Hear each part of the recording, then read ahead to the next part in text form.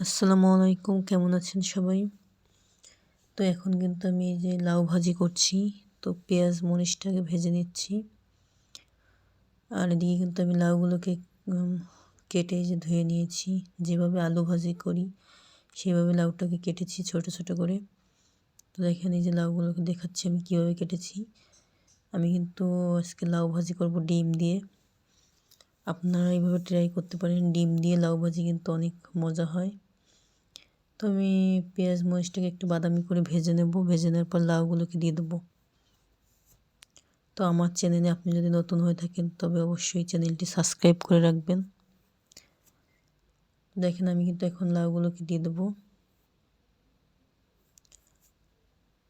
আর তেলের পরিমাণটা প্রথমে একটু কম দিয়েছি, এরপরে আরও 2-1 বার তেল দেওয়া লাগবে, কারণ লাউ ভাজিতে তেলের পরিমাণটা একটু বেশিই লাগে।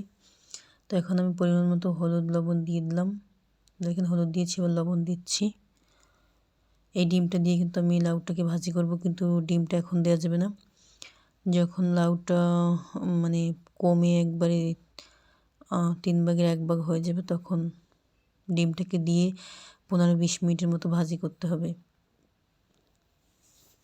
তো দেখেন আমি কিন্তু ঢেকে দিয়েছি। ঢেকে দেওয়ার পর লাউ থেকে অনেকটা পানি বের হয়েছে। তো দেখেন আমি কিন্তু আরও 2-1 বার নাড়াচাড়া করেছি।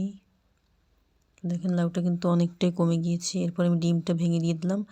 এখন কিন্তু আমি আরও 20 মিনিটের মতো ভাজি করে নেব। এই লাউ ভাজিটা করতে একটু টাইম বেশি লাগে, কিন্তু খেতে কিন্তু অনেক মজা হয়। তো আপনি যদি এখনও লাইক না করে থাকেন তাহলে অবশ্যই লাইক করে রাখবেন। আর আশা করি সবাই আমাকে সাপোর্ট করবেন। একটা ভিডিও তৈরি করতে অনেক পরিশ্রম করতে হয়, আপনারা সাপোর্ট করলে অবশ্যই খুব ভালো লাগে। তো আশা করি সবাই আমাকে সাপোর্ট করবেন। তো দেখেন আমার কিন্তু লাউ ভাজি প্রায় হয়ে গিয়েছে। আপনারা কিন্তু এইভাবে বাসায় ট্রাই করে দেখবেন একবার হলেও। অনেক মজার একটা জিনিস লাউ, ডিম দিয়ে লাউ ভাজি।